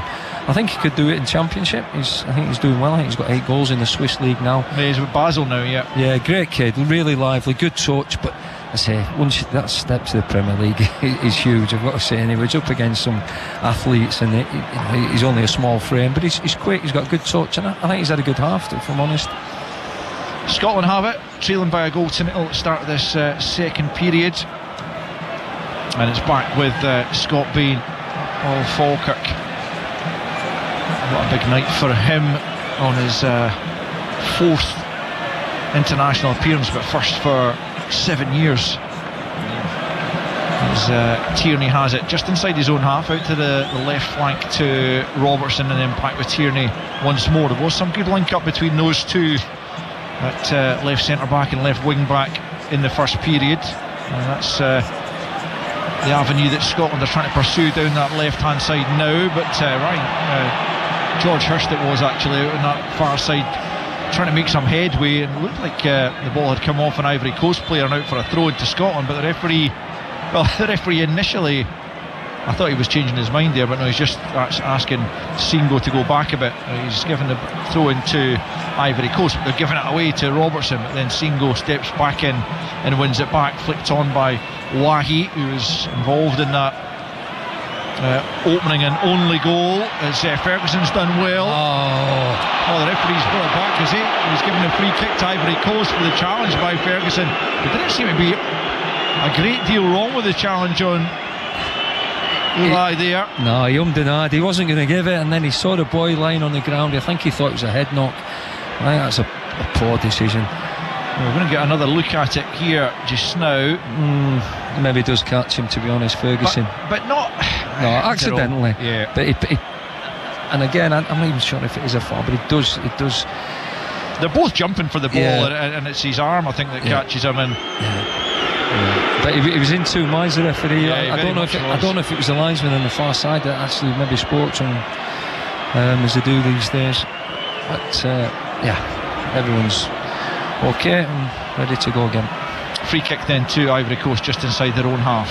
Played out to this near side to Conan, who'll pick it up once more from Toure, and then back the way to Diamondi and all the way back to the goalkeeper. Scotland certainly had, looking at the half-time stats, they had more shots and more shots on target than Ivory Coast, but they trailed by a goal to nil. They're tenacious in the midfield there, and that should have been an Ivory Coast free kick, and this time the referee doesn't give it, and Pepe is somewhat bemused by that decision. He stayed down, but Scotland building, and it's Ferguson getting it from Robertson. I'm not sure why Pepe's still down. I don't think he's injured, but he's still on the deck, maybe hoping the referee is going to eventually stop play for his benefit, but Scotland still have it, and the referee's allowing play to continue, and it's into Christie, and he didn't quite get there. Diamondi again stepping in, and then McCrory slides in, and it will be a Scotland throw-in. And Pepe's still down, slowly thinking about getting himself back to his feet. I thought he should have had the free kick there in the midfield earlier. It was a free kick, but it's an embarrassment what he's doing now, lying on the ground and then getting up and walking. See the modern day football, this is one of the worst parts I hate about it. You know people aren't injured and they just go down, and it's not the way it should be. Scotland have it 10 yards inside their own half. It's Suter, right hand side, into Gilmour, plays a lovely ball round the corner for Christie. Christie has got goal side there of Ulai, who, well, on another day that'd be a certain yellow card if it was a competitive match. I'm not sure the referee is going to dish that out, but Christie had got goal side of him, and Ulai tried to come round the side of him but took him down, Christie, and Scotland get a free kick in a decent position. This is a few yards in from the right flank, about 25 yards maybe from the goal line. Yeah, and everyone will say, oh, what a good ball by Gilmour, which it was, but you only get a good ball if you get a good run. If Christie stands still, then it's not a good one. So a forwards run, which you need, and then a good pass again, and an attacking intent. An opportunity here then for Andy Robertson, who's come all the way across to the right hand side to deliver this free kick. 50 minutes in, Scotland trailing by a goal to nil, but a chance here to draw themselves level if there's a good ball in here from the skipper. And his 92nd cap sends it in towards the back post area. It's well won by an Ivory Coast head, but at the expense of a corner, as the ball is thumped almost into the top tier, which would take some doing in this stadium. It doesn't quite make it. Anyway, Scotland will have a corner kick over on the far side. Scotland left to be taken by Gilmour as they search for an equaliser here. Ivory Coast got plenty bodies back inside that 6-yard box as it's sent in And a chance there for Hurst to try and get something on it. Couldn't force it goalwards. High in the air, knocked back, and an opportunity, and a good save, good brave goalkeeping there from Lafont to push it away before Scotland could pounce on it. I think it was Hurst that got closest to it, but now Ivory Coast have a free kick on the halfway line. But that was an opportunity for Scotland, but you have to credit Lafont for getting down and pushing that away from danger. Yeah, I mean, they've defended the two. They've defended Andy Robertson's a good free kick. Defended that well, got it out. The corner comes in. Again, it's bobbling about. I think it was their boy actually headed it back towards the keeper, and the keeper's brave and he comes out and parries it before we can jump on it. But again, like the first half, a better start from Scotland. Yeah, for sure. Ball's played forward though for Touré. Held up for now, but Kessié gets it moving. And now it's Pepe, midway inside the Scotland half, out to the right hand side for Singo. Up against Robertson here, tries to clip it in to the near post. A good ball and an opportunity here, and it's hacked away by Billy Gilmour from inside his own 6-yard box. Almost fell for Wahi there, but he just couldn't get a clean strike away. And Scotland survived, but that was a real scare there for a moment. Again, a lovely little ball by Traoré, cuts it back, and as you say, the boy nearly gets onto it. Scotland have it left hand side. Strong challenge there on an unfair one, and despite the claims there of Singo that he took the ball, the referee's having none of it. And Andy Robertson wins the free kick for his side on the halfway line, almost straight out on that left flank. Still 1-0 Ivory Coast, 53 minutes on the clock. But credit to Scotland for a more adventurous style of play here this evening, despite the 1-goal deficit. Out they come to the right hand side, and it's McCrory into the feet of Christie, tries to keep a hold of the ball under real pressure there from Touré and loses out, and Ivory Coast can try and build down the left hand side. Touré knocks it all the way back though to Diamonde, the centre back on the left hand side, brings it up towards the halfway line and into the feet of Kessié. Back with Diamonde, who plays it square to his central defensive partner Kusunu forward to Pepe, the man who scored the only goal of the game after 12 minutes. I think we got to the bottom of who was at fault in the Scotland ranks for that at half time, as Ulai picks up possession and knocks it all the way back to his goalkeeper from the halfway line. Again, the Scotland fans try and get behind their team. Cacophony of noise in this wonderful stadium as Suter plays it back to Scott Bain, who's been largely untroubled. There was a little bit of a scare just a few moments ago that Gilmour managed to clear his lines before Bain was called into action, and so it's still 1-0 to Ivory Coast, who technically are the home team this evening, despite being far from home. Here's Hyam, just outside his own penalty area, bringing it forward and then playing it to his right to Suter. Back infield to Gilmour, who's just dropped into that quarterback position. Plays it out to Gilmour, left hand side, and now Robertson. Back to Tierney once more. Midway inside his own half again, Gilmour drops in, takes the ball, then he tries to go a little bit longer, a bit more direct up towards Hurst. Neither he nor Kusunu get anything on that, and it's all the way through to Lafont. 55 minutes played, still 1-0 Ivory Coast. Time to go lock on now, man for man. Go press, and then see if you can win the ball back.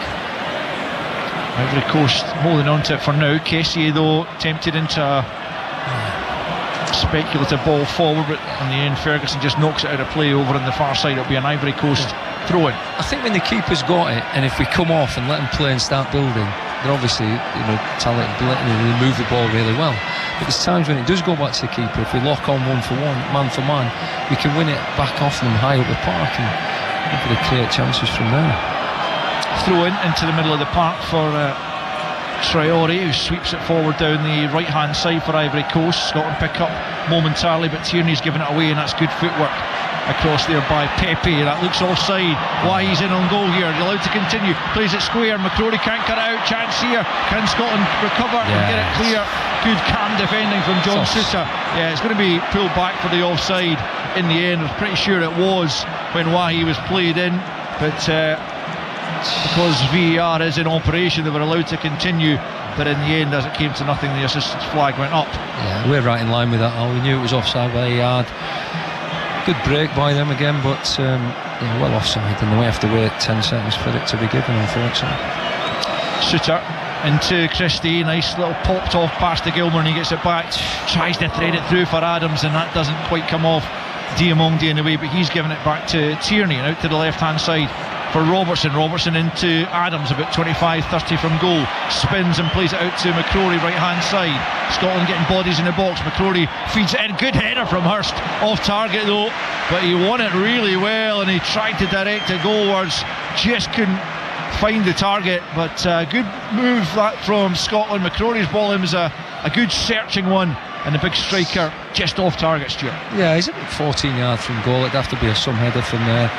Got a ball in the box, maybe from not a great position, a bit deep, and get McCrory a bit higher and get in behind them, but at least it's an attempt on goal.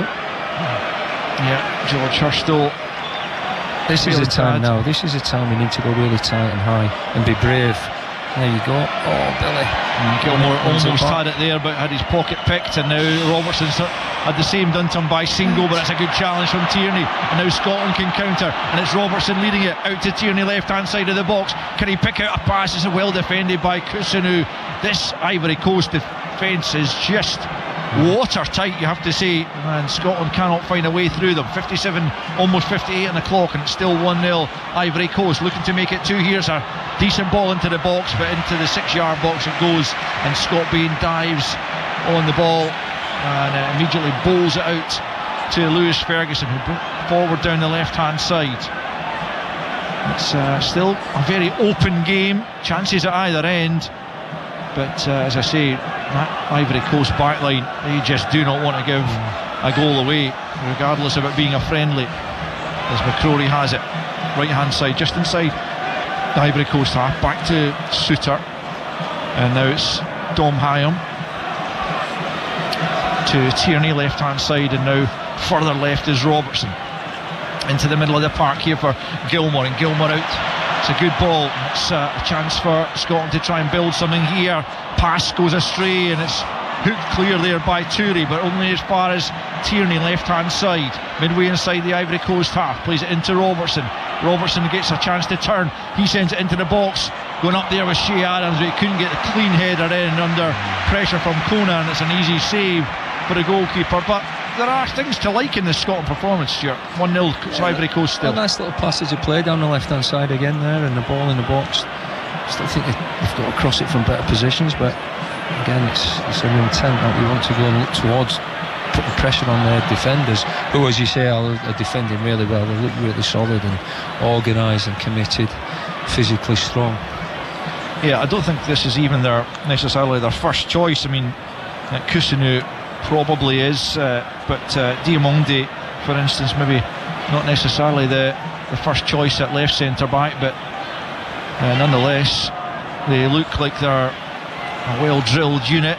They all know what their jobs are and they're sticking to them. Still just 1-0, Scotland very much in this.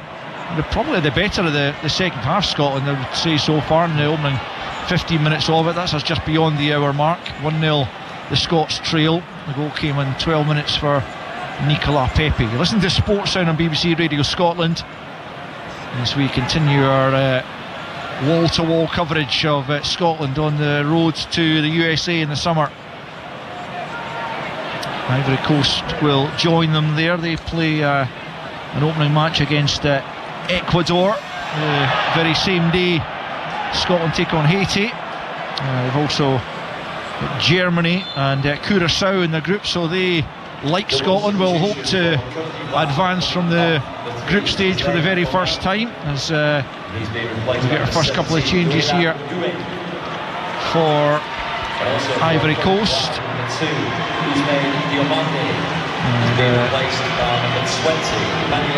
Who's coming on? It's going to be Emmanuel Agbadou and Gela Doué who come on. Off's coming, the man I was just talking about, Ousmane Diamonde. So Agbadou will go in there at centre back, and then Doué is going to come on as well, brother of Desiree Douay. Conan is the player being replaced by Douay. As play resumes, and McCrory's gone off. Is that Nathan Patterson's come on for him, so both sides making changes there. And Scotland continue here in possession. Right hand side is Suter. He gets it back from Hyam. And now Hurst drops pretty deep, and Patterson played a lovely little ball there, but it just gone out of play as he linked there with Christie. His manager Davy Moyes just saw a shot of him in the stand. He'll be hoping to see a good display from Patterson, who looked a little bit rusty. I thought he hasn't played an awful lot of football when he started against an opportunity here. As Hurst picks up, and he's ridden one challenge, and he's driven the ball over the crossbar. It really opened up for George Hurst. He did so well to get the better of the first challenge, but then struck it on his left foot, and it was high over the crossbar. It remains after 62 minutes. Ivory Coast 1, Scotland 0. Yeah, it was a big mistake by them from the throw straight to Hurst. Does well, takes his man on, but then didn't get over the ball on his left foot from probably about 22 yards out. But poor mistake by them. I just wonder, could he have taken it on a little bit further? Did he need to take it just when he did? Possibly could have took it a bit further, stepped in a little bit more. Yeah, just looked slightly off balance when he struck that. It's a handball being given in Scotland's favour. Free kick. Touré guilty of that. Scotland still searching for an equaliser. 63 minutes in, it's 1-0 they trail as Patterson plays it back the way to Suter. Out to the left hand side now for Tierney, who's able to drive forwards a few yards, then play it out to the left hand side to Robertson, and then Ferguson gets it to Suter just inside Ivory Coast territory. Out to Patterson right hand side, back to Suter once more, and then into Hyam, who's the furthest man back for Scotland, but he's in the Ivory Coast half, so still that attacking intent from Scotland, trying to keep Ivory Coast hemmed in as Suter has it, and then gets it back from Patterson, back to the halfway line again from the Scots. This one it becomes difficult when they've dropped into the low block. We end up going back to the keeper from the halfway line. Be a bit brave, step in Suter, go and commit people. It's Gilmore, who's certainly brave on the ball. That's good football, good football. Here he is once more for Christie. He tries to help it on for Patterson, but it was cut out and knocked out for a throw-in. Should have played the ball a little bit quicker, a bit more tempo. Far better side when they do that. It's one back though, but Scotland have it once more, not for long. The referee getting in the way there. Didn't do Ivory Coast any favours, but he's given them a free kick for seemingly very little. Maybe against himself, but it's a good tackle. Free kick Ivory Coast then. Kessié plays it back the way. It's Cousineau out to the right hand side. Single will do well to keep that, and he has done though. It's a lovely little bit of play to lift it over. Tierney, still he's driving forward. Single, this is what he did on Saturday, and it comes to the left hand side and it's closed down in the end as Touré got the shot away and blocked behind for an Ivory Coast corner. They do look incredibly threatening every time they counter like that. It was really good play by the right back. Tierney's gone tight, he's just taken it over his head and drove from there, and it's a long way back for Kieran, and the boy's powerful, athletic, drove on with it well. Thankfully it didn't come to anything, but now they've got a corner. It's a good player. Amad Diallo is going to be coming on just shortly, which doesn't sound like good news for Scotland. It's become a really good, important player for Man United as Pepe takes this corner from the left hand side. It's a good ball, the header should have been on target. It's over the top. That is a real chance for the substitute Douay from 6 yards out. I think it's right in the 6 yard box, isn't it? Centre goal. Right, gets a clean header at that. He's got to be testing the goalkeeper there, Stuart. Yeah, Hyam gets under it, I think. Free header, yeah, disappointing. See, we'll look at that. That's not Don't be giving chances away from set pieces as easy as that. The boys should do better. Should certainly hit the target anyway. Yeah, that's a let off for Scotland, who might well have been 2 goals behind there. Had Dewey done better with that header. A couple of changes about to be made with Diallo, as I say, and also Simon Adingra, who's another terrific player for in that Ivory Coast squad. And here they come as Singo into the box. Hyam's header has got enough on it to allow Christie to pick up, but he's given it away in a dangerous area. Now Ivory Coast will come again. They don't need a great deal of encouragement as they've slowed it down now though, and Touré will go back the way to the substitute Agbadou. I like Ryan Christie a lot. I think it's been one of his poorest games probably in a Scotland shirt tonight. Everything he seems to have done has not come off. He's given the ball away too many times, unfortunately. Still 1-0 Ivory Coast. Plays 67 minutes, just short of the midway point in this second half, as forward they come once more with Pepe. Good challenge. Ferguson then goes in and wins the second one. Real good strength from the Bologna midfielder.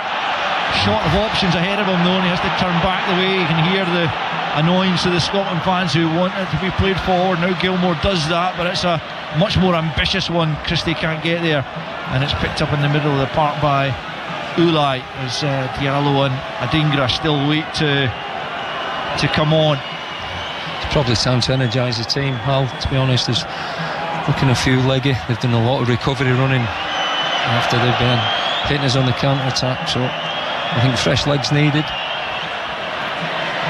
Ivory Coast trying to switch the play there, but pass was overcooked, and it's out for a throw into Scotland, which will allow the changes to be made for Ivory Coast. And Traore is one of the players who's going to make way, as is the goal scorer Pepe, as on come Adingra and Diallo. Adingra is actually out on loan now, Monaco from Sunderland. It's a nice warm welcome for the Manchester United player, that. There's so much love for Manchester United in these parts, isn't there? And a couple of Scotland changes as well. Gilmour being replaced by Kenny McLean. The other one is going to see John McGinn for Christie. Come on for Christie. So the changes are coming thick and fast now. As you say, time to energise the side. Let's see what they can do in the closing 20 minutes or thereabouts, as they trail by a goal to nil. They've got themselves a free kick midway inside the Ivory Coast half, and a chance for Scotland to throw the centre backs forward, try and get on the end of this, and try and break down this doughty Ivory Coast defence. As Pepe, you see, taking the congratulations of his teammates as he gets a rest. Here's Andy Robertson then over the free kick. Let's see what he can produce here.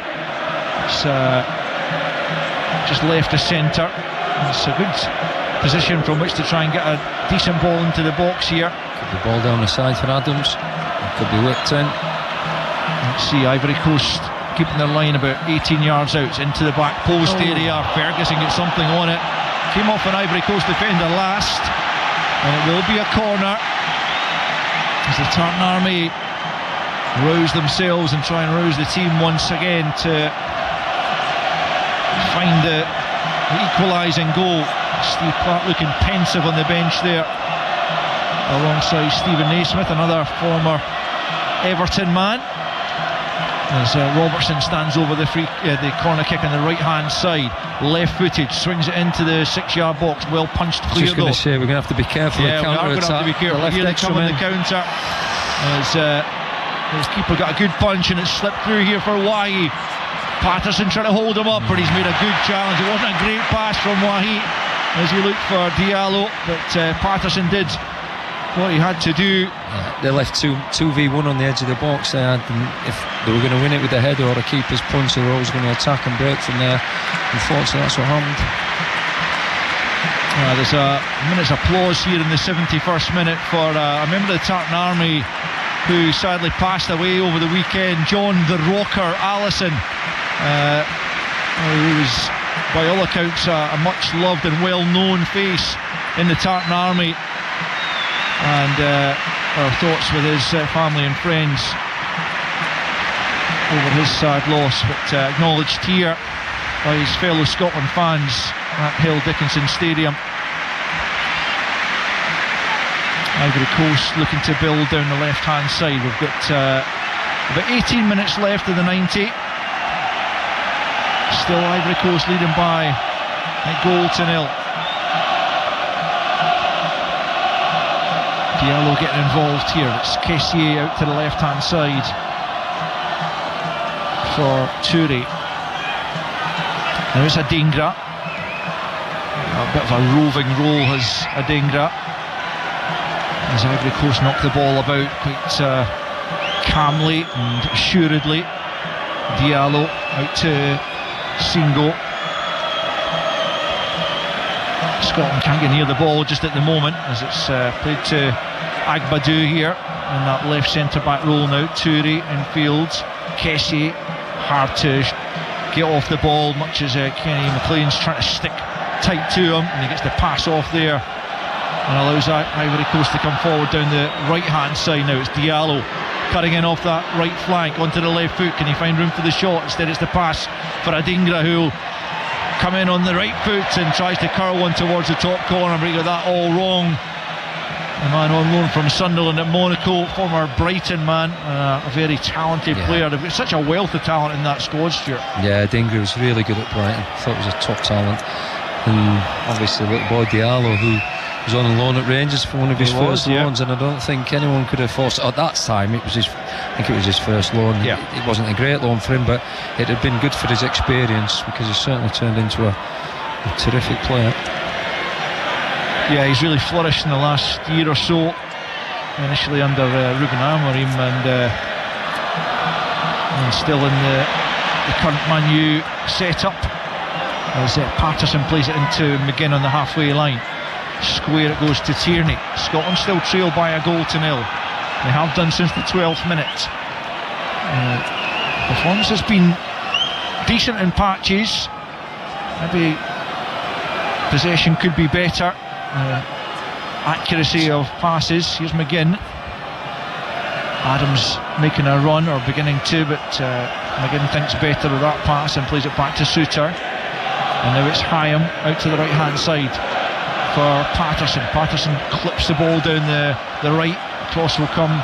Hurst to try and do something. It's just knocked out the play there by Agbadou, taking no chances. Scotland have the throw in deep in Ivory Coast territory. It's Patterson back the way to Suter. Just about quarter of an hour remaining as the Scots look for a leveller. Ferguson's got a bit of space here.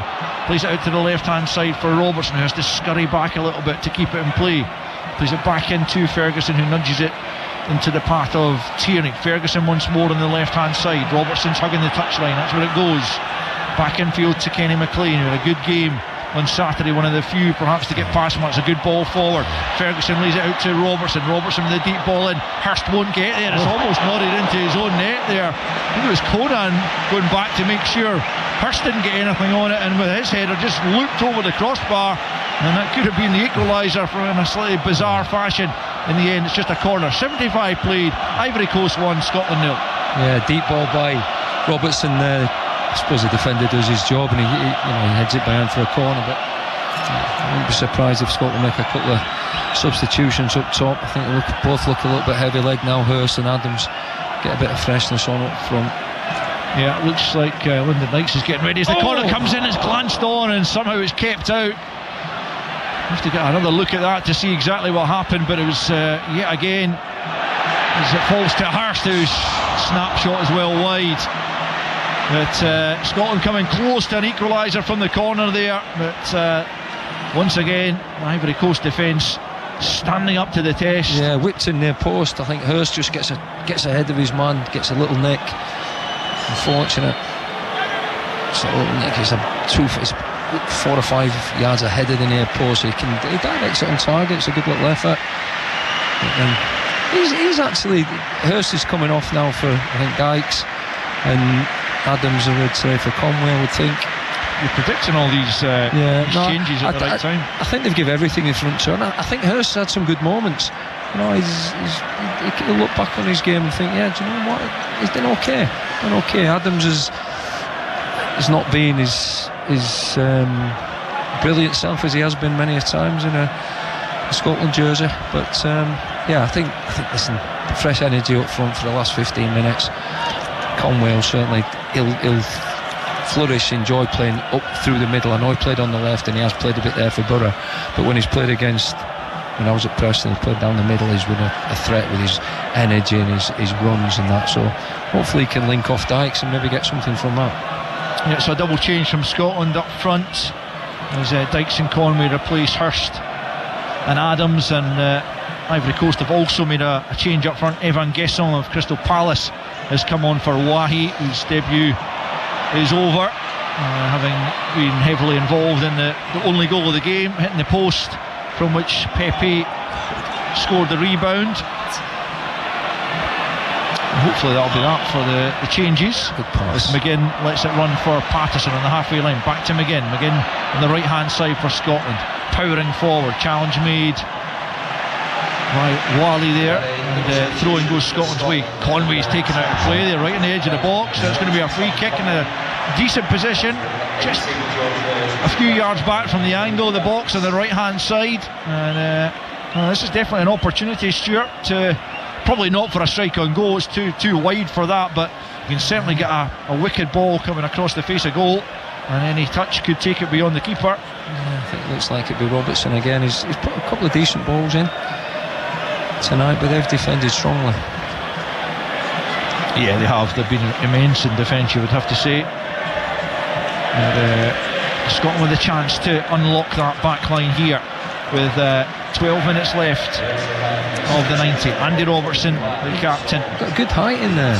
Suter, Hyam, Dykes now on, Ferguson, Tierney's in there. Good targets to hit. Just put it in a good area. Go attack it. Here's Robertson, sends it to the back post. It is a good ball, but again it's an Ivory Coast head that gets to it first. Sent behind for a corner. They just win every first ball. Well, it's a good ball, it's in a good area. Go attack it. But again, they got the head on it first contact. Corner kick then from the left hand side, to be taken by. It's got to be alive on the edge of the box when it comes out. Here. Swings into the 6-yard box, keeper claims it well. He's done well, pretty inexperienced at international level, the 27-year-old Alban Lafont, but he took that under a bit of pressure there, and he's really not put a foot wrong or a glove wrong, and still Ivory Coast lead by a goal to nil with just over 10 left on the clock. And Steve Clark makes his way back to the edge of his technical area. Ivory Coast in possession through Agbadou. Down that left hand side, it's Adingra for Agbadou once more, and then into Diallo, who's just come into a deeper area, picks up possession, rolls it into Kessié here. Conway trying to put the pressure back there in the team, and Scotland have won it, but Ferguson then loses out, and then that's got to be a free kick to Ivory Coast. How on earth has that not been given? I think he's definitely been a homer. Well, he's not been a homer because we're not at home, but he's been on Scotland's side tonight, the referee, that's for sure. Here's Patterson, right hand side. Shot seemed to be blocked by an arm, and Scotland get the free kick. Well, it's in a very similar position, it's almost identical position to the one that Robertson had a few moments ago, but you're absolutely right, that how Scotland got away without conceding a free kick when Ferguson seemed to haul an Ivory Coast player back there. Looked like Ferguson was trying to swap shirts before the end of the game there. But I tell you who have done well tonight, the supporters, because it's not a full stand or a full stadium by any means, but the vocal backing's been excellent. Here's Robertson then. Kenny Dalglish looking on from the stand, hoping that the Liverpool player can provides something here. It's directed goal. It's just off target. Oh, there's an offside flag up. It was Dykes perhaps that got something on that. Another great ball by Robertson. Somebody just to go and attack it and be aggressive. Yeah, just in the end, I'm not sure who was flagged offside. Suter might have been the Scotland player to try and direct that on target, but ultimately the flag has denied the Scots. 10 minutes to go. This is where we've got to be really aggressive on the press. Once you take the goal kick, man for man, go and have a go and try to win that ball back. Clipped up to the halfway line then by Lafont. It's going to break from McGinn. Doesn't bring it under control though, and allows Ivory Coast to steal it back. In steps Suter, knocks it out of play there for the throw into Ivory Coast. Near side to be taken by Touré, about 10 yards inside his own half on their left flank. 82 on the clock, 1-0 Ivory Coast, as Kessié is almost crowded out there, but does well to get that to Touré. Now it's a Dane well challenged by Suter, and out of play for another throw-in. Emers Faye, the Ivory Coast manager, throwing it back in. He was appointed bizarrely midway through the African Cup of Nations, not the most recent one, the one prior to that was held in the Ivory Coast. They'd struggled in the group stage, finished third, and did qualify for the latter stages as a result of being one of the best placed teams, but he was the manager was still sacked. Here comes Scotland. It's Tommy Conway trying to find Hurst, well cut out by Kusunu, and it breaks kindly for Ivory Coast, and they're able to sweep it up to the halfway line. Yeah, good little bit of pressure on the game. They give it away. Good football. Robertson, good run out wide to Conway, cut back, and they've just again got the foot on it, defended it well. Just to finish that little tale that Faye took over into the knockout stages and guided them to the trophy, and subsequently has taken them back to a World Cup. So it's doing pretty well. Former Ivory Coast international midfielder. A good ball in from Tierney, but cleared away again as they defend for their lives. That was a story worth telling. It was a story worth telling. Few of them are, has to be said. Well, it's something I never knew. I didn't realise they'd won the tournament, or with him in charge. Yeah. Here comes Scotland once more. It's Conway still looking for that leveller, which I kind of feel like they deserve. Do you agree? I think. I mean, we haven't had gilt-edged chances, but yeah, I think on the way the game's gone, I think we do deserve, and we've still got time. Come on, let's get a goal. Deserve it. Ferguson, left-hand side then, midway inside the Ivory Coast half, back the way. We've had a lot of set pieces, haven't we? You know, corners, free kicks and dangerous headers. They've just defended so well. Here's Ferguson, the angle of the box, left-hand side. Conway's out there with him. Here he is. Can't get past his man though. Taken off him by Singo, and he'll try and get the ball clear. Plays it back to Dewey. One well though. Touch. It's McGinn, 25 yards, slips that for a chance here for Robertson, and it's Dewey making the challenge to slide it behind for a corner as Robertson pulled the trigger. It might well have been troubling the keeper. Again, lovely touch by McLean to McGinn. Two subs, come on. Boy gets across, and yet again, excellent defended. Unfortunately. Corner kick from the left-hand side here for Scotland to be taken by Ferguson. Driven into the near post. Again, it's well defended. And Ivory Coast can try and bring it clear, but it's been won back once more by the Scots. Robertson sends it back in. Again, it's headed out of the penalty area. And it's an incredible slide there by Singo on the left flank to keep it in and start potentially a counter-attack. 5 to play here between Ivory Coast and Scotland. It's still 1-0 to the West African side. I think in general, I mean the set. I think in general the set players have been really good. You know, the corners and the free kicks. I think we've crossed the ball sometimes from too deep. We've not got, you know, in behind enough. You know, Robertson a couple of times first half, dead ball line, probably once in the second half as well. But we've been and they're such a big physical side at the back. We've had 2 headers from about 15 yards out, which are not going to really trouble anybody. But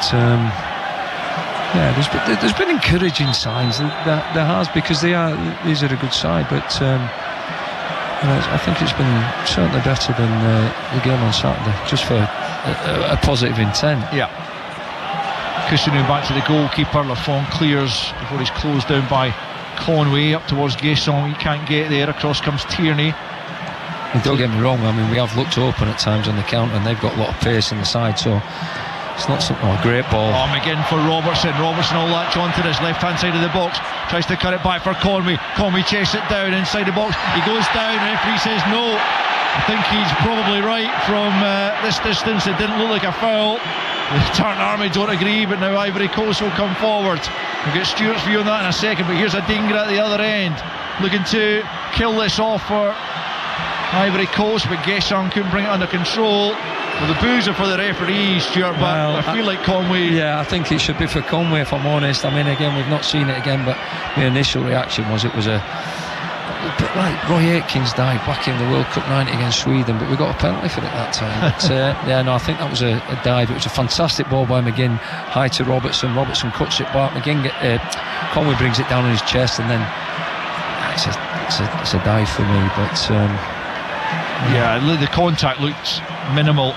Yeah, and didn't need any encouragement to go down.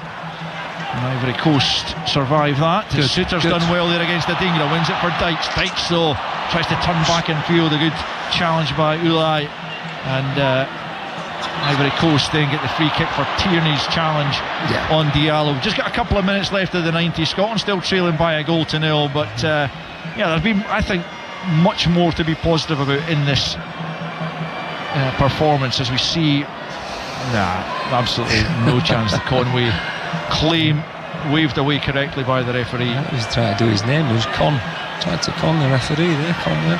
There has. Diallo spins away from Tierney. Here he comes up towards the edge of the penalty area, past another challenge. Good save, Scott Bain. Down low to his left to tip that wide for a corner, as it looked like Diallo was going to claim a second for Ivory Coast. Yeah, it's outstanding by Diallo. He just rolls Tierney. Tierney's looking, he's toiling a little bit now as the game goes on, but he dances by Suter as well there, and it's a really good save by Bain. But excellent play by Diallo. Sweet left foot going in the bottom corner. Really good firm left hand from Bain. Yeah, it was a really good save. Got down low, and a good strong wrist to push it behind. Scotland leaving 2 players up in attack here to force Ivory Coast to leave 3 back as they try and prevent a second goal going in here. We're into the 98th minute. Ivory Coast 1, Scotland 0, as Diallo prepares to take the corner. Near post ball, won there by McLean, picked up by Adingra at the edge of the penalty area, and out to the left hand side to Kessier, who's been good in the middle of the park for Ivory Coast. Douay gets it back to Touré, and then back into his own half here for Kusunu. Out to the right hand side as the diminutive Diallo picks up once more. Then Douay into the feet there of a teammate, gets it back in the midfield. Out to Touré, left hand side. Scotland need to get possession of the ball. We're about to see the board. It's 3 minutes that have been added on here, and we're into those now. Scotland a goal down, and it could be a repeat of the scoreline against Japan. It could be another friendly defeat, as Conway though picks up from Tierney and then he tries to find him again, but it's overhit, and all the way through to Lafont, the goalkeeper. And another example of that, just the final ball. He was trying to be positive. McGinn's made a good run. The ball should come out wide to Patterson, and then maybe we could have a 2v1 down the side, but he's never really criticised anyone trying to play the ball forward and try to create something. Lafont, not a great clearance from him, but brave on his left hand side from Touré to get there before Patterson, but Hyam tidies up. He's been pretty decent, hasn't he? Not really put a foot wrong, Stuart. He's not done anything wrong. He's done what's been expected of him. Will he get another opportunity to impress Steve Clarke. Well, they'll be helping Wrexham try and get into the playoffs as forwards come Ivory Coast once more, but it's a commanding header by Hyam to get it clear only as far as Diallo. Little dummy there out on that right hand side by Singo. It's picked up once more by Diallo. Will want to get another shot off here. He's got it through to Adingra, edge of the penalty area, trying to find room for this shot off the post and wide from Adingra. So close on the score sheet against South Korea on the weekend, and not too far away from also being on the score sheet here at Hill Dickinson in injury time, but denied by the upright, and remains Ivory Coast 1, Scotland 0. Yeah, I think we've been fortunate tonight that them two didn't start. Diallo and Adingra have both been excellent since they came on, giving such an attacking threat. Yeah, they have got a wealth of talent at their disposal. It'll be interesting to see how they fare in the summer. Scotland coming forward, maybe time for one final attempt on goal. It's Ferguson left hand side, leaves it to Robertson, back now with Kenny McLean, angle of the box on that left hand side. Ferguson once more, can he put a decent delivery in here? It's won by Toure. From a poor McGinn gets it to Tierney. Tierney in the edge of the box, slips it to Robertson. Robertson left hand side, it's a great ball in, and things can't get there, and it's headed behind. This Ivory Coast side just simply do not want a goal to go in the back of that net, and they have defended. It's good just play. Incredibly good play by, and crossing it from a almost dead ball, and again Robertson. Ferguson's crossed it from about 30 yards out, no threat really. Then we go, nice bit of football, dead ball line, cut back, nice cross, great defending yet again. Last chance here from the corner kick from McGinn, right hand side, left footed, headed away to the edge of the box. Patterson sends it back in. Will it fall for a Scot? It's going to fall for McGinn here, right hand side. Can he get it back into the area? He has done. Back post, picked away by Singo, picked up by Conway, left hand side. Now Robertson, we're beyond the 3 minutes. Robertson sends it back in, and a keeper claims it, and it looks like Scotland will be falling to another friendly defeat, try as they might. They just cannot find a way past this incredibly hard-working, incredibly well-organised Ivory Coast defence. And there is the final whistle, and it has been an improved effort certainly from the Scots from the Saturday display against Japan, but it's the same outcome exactly, a 1-0 defeat. But it feels like there's more to be positive about tonight in the performance overall, and we'll hear Steve Clarke's thoughts in the aftermath here this evening. But Nicolas Pepe's goal after just 12 minutes ultimately proving the difference between the sides after a good start to the game from Scotland. But Pepe on the rebound after Wahi's shot came back off the post was the decisive strike. Chances at either end throughout remained open all the way, but ultimately Scotland could not penetrate that cast iron Ivory Coast defence, and so it finishes at Everton's Hill Dickinson Stadium in front of 30,000 plus Scots who made the journey. Ivory Coast 1, Scotland 0. Scotland, the national team.